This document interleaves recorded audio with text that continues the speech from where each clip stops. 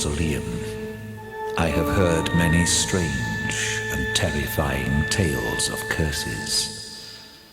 Curses on skulls removed from their graves. Curses on Egyptian mummies. Even a curse on a touring car.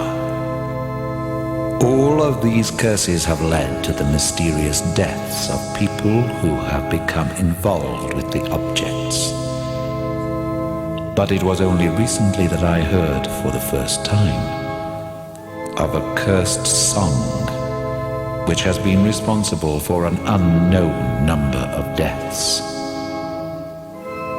The story began in Paris in 1932. A young Hungarian named Restjo Seres was living there and trying unsuccessfully to earn a living and make his name as a songwriter. But despite his lack of material success, Restjo was happy. And the cause of his happiness was young, slim, blonde, and beautiful. Restjo was in love. Through the summer, he and his fiancée walked hand in hand along the banks of the Seine, as lovers have done for many years, complete in their happiness and mutual love. But as the year cooled with the coming of autumn, so did the fire of their love. Restjo's fiancée began to worry about the lack of future security which was inevitable in his chosen profession, and she frequently tried to persuade her lover to change to a more secure and regularly paid form of employment. Restjo stubbornly refused to give up his ambition, and finally, in December, the last hurtful words were spoken, and the lovers parted. Restjo sat at his window on the following Sunday, gazing across the city. The clouds seemed to have descended to form a shroud over the city of love. And though Restjo had seen Paris in all weathers, for some reason the words "Gloomy Sunday" came into his head. And with them came a slow, mournful tune. As he stared with unseeing eyes over the rooftops, the tune wrote itself in his head.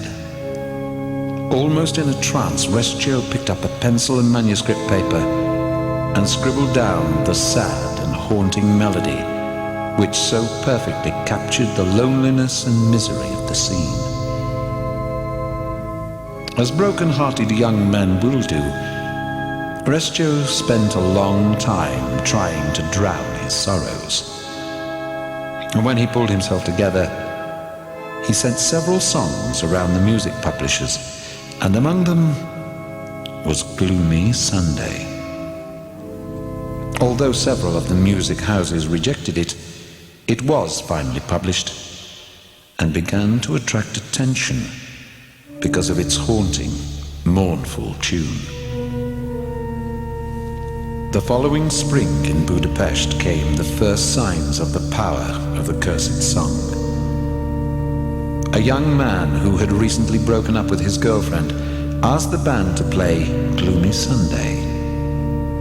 He then went home and shot himself. A week later, the song claimed the life of a young shop assistant in Berlin. She hanged herself, and beside her body was found a copy of the song.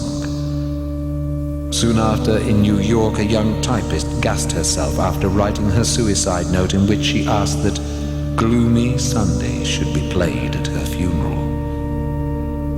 As the months and years passed, the curse claimed more victims all over the world. Forsaken, broken-hearted lovers, depressed, unemployed people, singers whose careers were on the skids, all fell victim to the curse. An 80-year-old New York man who jumped from a skyscraper, a teenage boy in Rome who heard a busker play the tune and then jumped from a bridge. A woman in London who was found dead from a drug overdose with a record of Gloomy Sunday still turning on the gramophone. A girl pulled from the River Seine still clutching her suicide note written on a copy of Gloomy Sunday. By the outbreak of World War II, the song was credited, if that is a suitable word, with over 100 deaths. Despite, or perhaps because of the macabre notoriety the song attracted, sales continued to soar. It was banned by the BBC. Sales jumped. Lawyers tried to have it forbidden. Sales rocketed. Rescher was distraught. He felt responsible for the deaths of all these strangers whose lives his song had touched. And yet, he had proved he could write music. He could earn a living as a songwriter. He set about tracking down his ex-fiancée to see if their romance could be reborn. He discovered her address and wrote to her, asking if they could meet again and talk of a possible future. The next day, he received a summons to the police station. There he was told his fiancée had been found dead in her apartment. She had taken poison. Beside her body was a sheet of paper on which were written just 2 words: Gloomy Sunday. Purely in the interests of scientific investigation, I have spent a long time searching for and finally finding a scratched old 78 of Billie Holiday singing the cursed song. Let me play it for you now. But perhaps not.